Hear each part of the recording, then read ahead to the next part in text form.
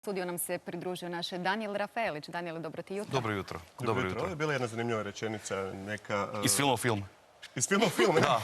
Kreativno sam. Da djeca trebaju kontrolirati medije, ne obrnuto da mediji... Ba da, ali manipulacije, kako god ju zvali, tako da sad bi mogli to teoretizirati upravo to. Nego ćemo govoriti o prapovijesti noći Marsa i Venere. Tako je.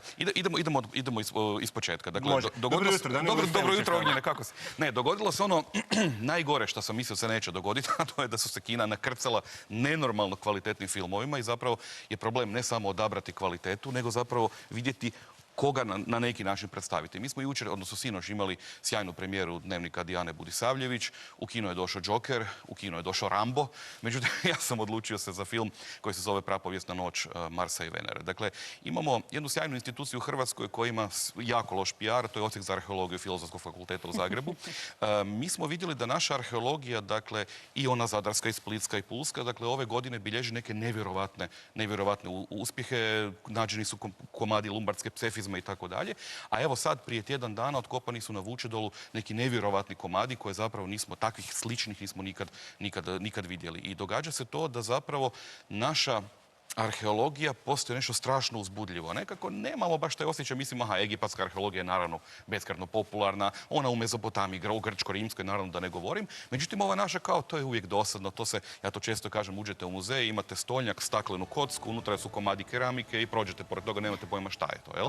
Međutim, Vučedol i ono što radi muzej vučedolske kulture vraća priču prapovijesti. Sad, prapovijest je naravno vrijeme, zovemo ju prapovijest, kao vrijeme prije pisanih tragova. Dakle, Vučedolci sigurno nisu pisali dnevnike i nama ostavili da možemo čitati kako su živjeli. Imamo ostatke njihove materijalne kulture. Pisali su na taj način. Pisali su na taj način. Međutim, ta materijalna kultura se može najbolje ogleda na posudama, na tim terenama gdje su oni zapravo promatrali noćno nebo i onda bilježili neke beskrajno zanimljive stvari. I sad se događa to da grad Vukovar, što je vrlo rijetko, bez ikakve državne pomoći i tako dalje, radi seriju od 5 filmova, igrano-dokumentarnih filmova, koji na neki način tematiziraju upravo ne samo arheologiju, nego i arheološke nalaze. Ono što je strašno zanimljivo, da se to radi na jednoj visokoj razini i da tu nema zapravo nekog amaterizma kojeg smo isto znali gledati, pogotovo tamo 90-ih kad su se pokušali raditi neke arheološke emisije, onda je to bilo često problematično. Sad smo došli do jedne razine kada i kompjuterski generirana slika može sjajno tumačiti, odnosno predstaviti nama upravo te, dakle, arheološke, ne samo nalaze, nego i same lokalitete. Upravo gledamo ova iskopavanja, evo ovo je snimka stara svega tjedan dana, dakle, jedna od sondi, dakle, na Vučedolu gdje su nađene stvari koje zaista djeluju fascinantno. Ove, dakle, razbijene komade keramike, kad ih nekako izvadite van, nađete, odnosno našli su neke nevjerovatno zanimljive, vizualno atraktivne stvari. O Vučedolcima zapravo, zahvaljujući upravo Aleksandru Durmanu, profesorici Miličević i nekima drugima, zapravo znamo jako puno.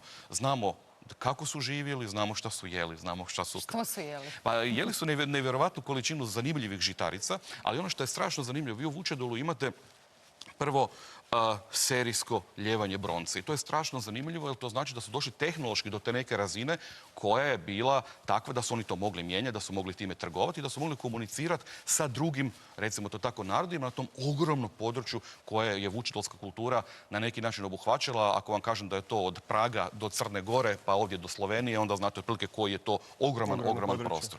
Međutim, uvijek se vraćam na to da ta naša, zovemo i dalje, prapovijest, nekako nema PR-a, nema tu zanimljivosti. I onda se dogodi, dakle, film Darka Puharića koji se zove Prapovijesna noć Marsa i Venere, koji tumači zapravo taj, kažu, najstariji datum evropske povijesti, to je 9.3.2889. prije Krista. Dakle, toliko daleko su uspjeli, zahvaljujući sjajnom razumijevanju astronomije, detektirati šta se događalo na taj dan i na koji način su to Vučedolci jednostavno oslikavali, urezivali na svoje posude. Naravno, to bi sve bilo možda i strašno dosadno da se to nije prezentiralo u ovakvom filmu koji je... Na koji način prezentirano? Naravno, nije prezentirano kao Kubrickova Odiseja, ali na neki način... Na tom tragu. Puharić kao novi Kubrick. Ne, želim reći, dakle, radi se o tome da se sjajno koristi, dakle, filmski jezik, što vrlo rijetko možemo vidjeti. S druge strane, te kompjuterske rekonstrukcije sjajno komuniciraju sa suvremenim čovjekom, sa mladim ljudima. Tako da, ovo što smo upravo gledamo, dakle, jedno od tih rekonstrukcija Vučedolskog naselja, ovo što gledamo i ovo što se danas radi sjajno nama pomaže za vizualizaciju. Vučedol kad se počeo kopati još 30. godina, imali smo nekoliko crteža, nekoliko vizualizacija. Međutim, sad doslovno možemo u doba virtualne stvarnosti doslovno uroniti u tu čitavu priču. Da, baš se gledam, iznenadio sam se, prikazali su jedno veliko naselje na tom prostoru. Ogromno naselje uz Dunav, naselje od kojih je samo, i to je taj najtužniji dio naše arheologije, samo 10% otkopan. Mi nikad nemamo novaca za arheologiju, mi u državi očito imamo novaca za sve i vremena za sve, ali nikad za arheologiju. Opet možemo apelirati da se to lagano Upravo promijeni. to, i ovaj film zapravo radi to. Dakle, grad Vukovar počinje sa tom serijom 5 filmova, ove prvi 4 se tek sad pripremaju. Dakle, ne samo popularizacije, nego ponovo kretanja skenera prema tome ajmo to kopat, ajmo to vadit van, jer to što je ispod, to su neke spektakularne stvari koje su jako nama zanimljive, potpuno nepoznate. Možemo li spomenuti ekipu koja je radila na filmu? Tko glumi? Da, glume, dakle, lokalni, pa možemo ih nazvati čak i statisti. Darko Milas ima jednu vrlo zanimljivu ulogu, glumi šamana. Međutim, ovo drugo su i studenti arheologije, njih nikad ne treba zaboraviti jer oni predano rade.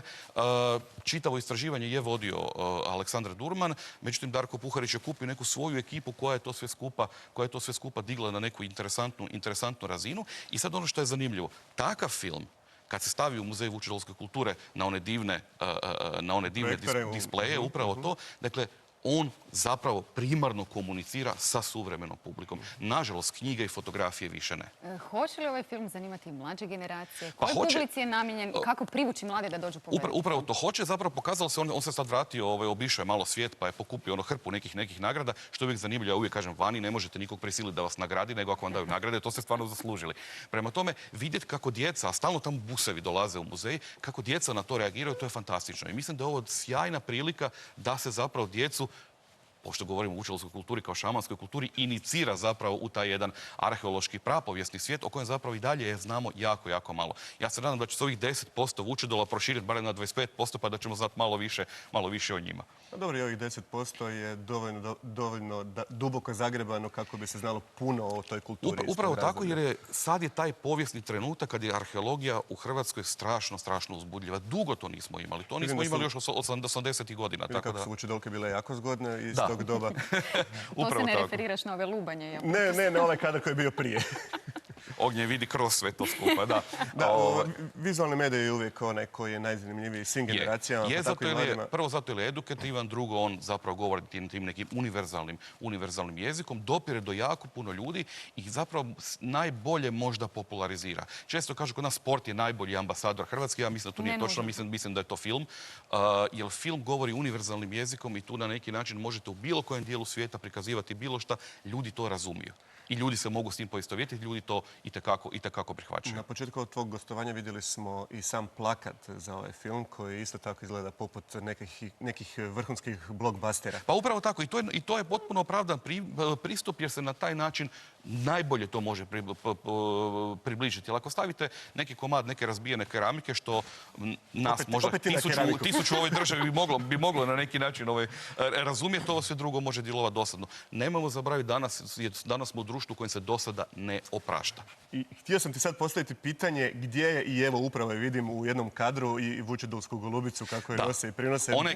Ona je ključna, recimo za kraj, ona se čuva naravno tu u Zagrebu, u Arheološkom muzeju. Ona je ta koja je pokrenula još 30. godina čitavu tu vučedolmaniju, recimo to tako. Dakle, to je jedna divna ritualna posuda koju su lokalni šamani ispijali, padali u trans, imali vizije i na taj način tumačili onaj drugi svijet. Dakle, nešto beskrajno zanimljivo i na neki način opet nama pokazuje kako su ljudi živjeli na ovim našim povijesnim prostorima prije puno stoljeća. Danijele, hvala ti, uspio si nas zainteresirati. Je li Ognjen imao Mene još koje sigurno pitanje? Ne, sad pitanje gdje mogu naći link da pogledam ovaj film, ali pričekat ću otići do Vukovara. To bi bilo ilegalno, a time se ne bavimo. To nećemo promovirati. Hvala ti lijepa, sutra si nam ponovno u gostima. Sutra top 5 sljedećeg tjedna na HTV-u, a onda za tjedan dana Rambo. Dobro, nećemo sada o Rambo i nakon ovako lijepe teme. Hvala ti lijepa, mi ćemo sada otići do Splita. U Splitu nas očekuje naš kolega Šime Kovač.